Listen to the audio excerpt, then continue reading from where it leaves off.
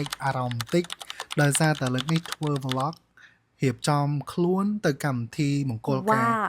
ដូចអ្នកទាំងអស់គ្នាស្គាល់ខ្ញុំអីខ្ញុំជាអ្នកលក់កាហ្វេហើយលក់កាហ្វេតាមរោងការដែលអ្នកភាគច្រើនគេថាអ្នកលក់កាហ្វេតាមរោងការពីខាងខ្ញុំទៅខ្ញុំមានទទួលសេវាកម្ម catering service ទៅគ្រប់កម្មវិធីមង្គលការភ្ជាប់ពាក្យឬមួយក៏កម្មវិធីប្រជុំសិក្ខាសាលាសម្ពោធក្រុមហ៊ុនអីហ្នឹងពួកខ្ញុំមានទទួលរៀបចំគ្រប់កម្មវិធីបងឥឡូវនេះកុំឲ្យខាត់ពេលយូរចង់ដឹងតែខ្ញុំត្រូវធ្វើអីខ្លះតាមដានវីដេអូជាមួយខ្ញុំទាំងអស់គ្នាមុនកម្មវិធីមួយថ្ងៃយើងត្រូវត្រៀមជាមួយនឹង checklist ដើម្បី check កវ៉ាន់មើលថាអីវ៉ាន់របស់យើងបានគ្រប់ទៅតាមចំនួនដែលយើងបានព្រៀងទុកហើយនៅបងដោយសារតែយើងទៅកម្មវិធីអញ្ចឹងណាគឺត្រូវប្រយ័ត្នមែនទែនជាមួយនឹងអីវ៉ាន់ដោយសារតែភាគច្រើនអាចភ្លេចឬមួយក៏យើងអត់យកអីវ៉ាន់ទៅគ្រប់អាហ្នឹងជាបញ្ហាដែលពិបាកបំផុតសម្រាប់អ្នកដែលដើរកម្មវិធីមង្គលការនិយាយទៅបងដូចឃើញអញ្ចឹងឯបានដែលយើងធៀមយកទៅកម្មវិធីមួយគឺច្រើនមែនតើប៉ុន្តែពួកខ្ញុំព្យាយាមរៀបចំធ្វើមិនខ្មិចកុំឲ្យមើលទៅច្រើនហើយសពងខ្លាំងណាដោយសារយើងទៅមានការដឹកជញ្ជូនឆ្ងាយហើយអញ្ចឹងការរៀបចំគឺសំខាន់មែនតើជាពិសេសពពួកគ្រឿងចានឆ្នាំងគ្រឿងតុបតែងហ្នឹងយើងត្រូវការរៀបចំឲ្យស្រួលបួរដោយសារតែការដឹកជញ្ជូនទៅយើងអាចមានបញ្ហាបែកបាក់ដែរទៅលើសម្ភារៈមួយចំនួនដែលយើងដឹកជញ្ជូនទៅហើយអីវ៉ាន់ដែលយើងដឹកទៅចេញម្ដងគឺច្រើនខ្លាំងមែនតើដោយបងឃើញថាការរៀបចំពួកខ្ញុំរៀបចំទៅកម្មវិធីម្ដងហ្នឹងមើលទៅឃើញតិចប៉ុន្តែចាក់ស្ដែងពួកខ្ញុំរៀបចំច្រើនមែនតើទាំងសម្ភារៈប្រើប្រាស់របស់កញ្ចប់គឺច្រើនមែនតើបងអ្វីដែលសំខាន់ខ្វះបានពីកន្លែងយើងទៅគឺគ្រាប់កាហ្វេនិយាយទៅគ្រាប់កាហ្វេខាងយើងយើងប្រើសិទ្ធិគុណភាពលេខ1ហើយសម្រាប់ពីកាហ្វេខាងខ្ញុំទៅដូចបងដែលតែងតែឃើញខ្ញុំ review នៅក្នុងវីដេអូខ្លីៗភាគច្រើនពីខាងកាហ្វេរបស់ខ្ញុំទៅខ្ញុំជ្រើសរើសជាមួយនឹងគ្រាប់កាហ្វេគុណភាពលេខ1ហើយសម្រាប់គ្រាប់កាហ្វេដែលយើងលក់នៅក្នុងហាងបែបម៉េចគឺយើងដាក់នៅក្នុងថ្ងៃកម្មវិធីគឺអញ្ចឹងដូចគ្នាពួកខ្ញុំអត់មានប្រើពួកប្រភេទកាហ្វេ fin ឬមួយក៏ប្រភេទម្សៅកាហ្វេអីទេបងអញ្ចឹងខ្ញុំធានាបានជាមួយនឹងរសជាតិនិងគុណភាពជាមួយនឹងគ្រាប់កាហ្វេពីខាងសេវាកម្មកាហ្វេចល័តរបស់ខ្ញុំទៅទៀតពាក់ព័ន្ធមួយនឹងកែវកាហ្វេគឺយើងស្តុកទុកច្រើនមែនតើជាពិសេសតម្រូវតាមភ្ញៀវដែលគាត់ត្រូវការភ្លាមជាពិសេសភ្ញៀវដែលគាត់មានកម្មវិធីបុណ្យអីហ្នឹងគាត់ត្រូវការកំងភេសជ្ជៈភ្លាមអីពួកយើងក៏មានធៀមទុកជូនដែរ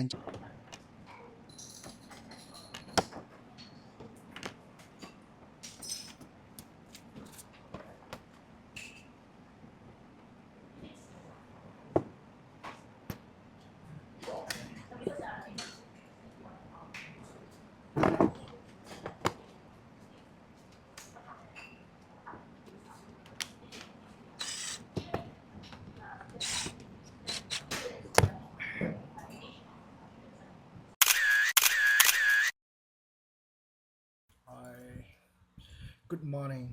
ឥឡូវនេះម៉ោង3ហើយណាគ្នា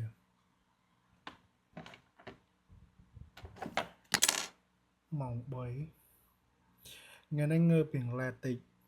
ហើយចង់ដឹងថាក្រុមការងារខ្ញុំមកដល់នៅតោះទៅជួបក្រុមការងារខ្ញុំបងប្អូនគ្នា Hello អ្នកទាំងអស់គ្នាឥឡូវនេះម៉ោង3ហើយម៉ោង3ហើយពួកយើងត្រៀមចេញទៅកម្មវិធីហើយអាធីអីអូនមើលណែថ្ងៃហ្នឹងចង់ដឹងតាក្រុមការងារខ្ញុំមើលម៉ោងម៉ានតើសួរគាត់ទាំងអស់គ្នាអូនថ្ងៃហ្នឹងងើបម៉ោងម៉ានអូនម៉ោងម៉ានម៉ោង1លឺហើយអ្នកទាំងអស់គ្នាម៉ោង1ខ្ញុំថ្ងៃនេះរៀងឡែតតិចងើបម៉ោង2ជាងណាហើយឥឡូវនេះពួកយើងត្រៀមចេញទៅកម្មវិធីហើយឥឡូវនេះចាំគ្នាសិនហើយជួបគ្នានៅកន្លែងកម្មវិធីបាយនេះឥឡូវនេះគឺយើងបានមកដល់រោងការហើយកំពុងរៀបចំជាមួយនឹងតុកទូហើយក៏ដូចជាជូតសម្រាប់សម្ភារៈប្រើប្រាស់នេះគឺឥឡូវនេះខ្ញុំបានមកដល់ខាងកាយាដងក្តារមករៀបចំជាមួយនឹងភេសជ្ជៈកាហ្វេក៏ដូចជាអាហារសម្រន់បែបខ្មែរ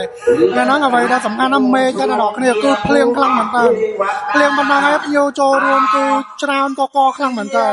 សម្រាប់កាហ្វេថ្ងៃនេះអស់លើប្រហែលជា500កៅជាងហើយអ្នកនរគ្នាតែនិយាយពីនំរបស់យើងណាថ្ងៃនេះគឺអស់អាលេងឆេងហ្មងហើយសម្រាប់នំថ្ងៃនេះគឺច្រើនខ្លាំងមែនតើជាមួយនំខ្មែររបស់យើងណាសម្រាប់ម្ចាស់កម្មវិធីគាត់ចង់បានជាប្រភេទនំស្មែបូកជាមួយនឹងភេសជ្ជៈកាហ្វេខាងយើងផងដែរហើយសួរម៉ាក់កូនកំមុំថ្ងៃនេះមានអារម្មណ៍មិនដែរពេលបានការកូនដំបងអារម្មណ៍រំភើបហើយក៏រីករាយអរគុណចំពោះភ្ញៀវដែលចូលរួមនិងផ្ដល់កិត្តិយសឲ្យថ្ងៃនេះឃើញភ្លៀងខ្លាំងប៉ុន្តែភ្ញៀវបើអីចូលរួមច្រើនមែនតើ អរគុណធំជាពិសេសសម្រាប់ដែលទឹកចិត្តភ្ញៀវដែលបានលះបង់កាត់ភ្លៀងទាំងពេលវេលាភ្លៀងក៏ចូលរួមបានច្រើនកុះក និយាយទៅមកគ្នាឃើញស្រាប់ហ្នឹងណាគឺភ្លៀងតាំងពីព្រឹកហ្មងគាត់ដល់ម៉ោង6ជាងភ្លៀងហ្មងតែសរសើរអីហើយមានភ្ញៀវចូលរួមច្រើនភ្ញៀវមកសឹងតែគ្រប់ទិសទីភ្ញៀវហ្នឹងហើយឥឡូវអីថ្ងៃហ្នឹងសថៃនេះហ្នឹងមើលតែខ្សែកដឹងហ្នឹងលុយខាប់ហ្នឹង ថាបើយប់ចាំសរុប បាទអរគុណច្រើននេះបងសួរពីចំណាប់អារម្មណ៍ថ្ងៃនេះបន្តិចថ្ងៃនេះការមិត្តភក្តិមួយការបងប្អូនដែរ ការមិត្តភ័ក្តិផងបងប្អូនផង មិត្តភក្តិផងបងប្អូនផងហើយមានអារម្មណ៍មិនដែរពេលការមិត្តភក្តិអញ្ចឹង មានអារម្មណ៍ថារំភើបព្រោះឃើញមិត្តភ័ក្តិជួបមនុស្សល្អ ហ្នឹងហើយសំខាន់ថ្ងៃនេះមានទទួលជាមួយនឹងភេសជ្ជៈកាហ្វេដែរអូនបានញ៉ាំភេសជ្ជៈយើងថ្ងៃហ្នឹង បានញ៉ាំកាហ្វេ រសជាតិមិនដែរអូន រសជាតិឆ្ងាញ់ហ្មងព្រោះផឹកទៅអត់មានអារម្មណ៍ថាឈឺក្បាលអីធីងធងអីគឺឆ្ងាញ់ បាទនេះបងគាត់ជាភ្ញៀវកិត្តិយសដែលចូលរួមកម្មវិធីហើយគាត់បានផ្ដល់ feedback ដល់សេវាកម្មកាហ្វេយើងដែរអរគុណច្រើនអូនបាទ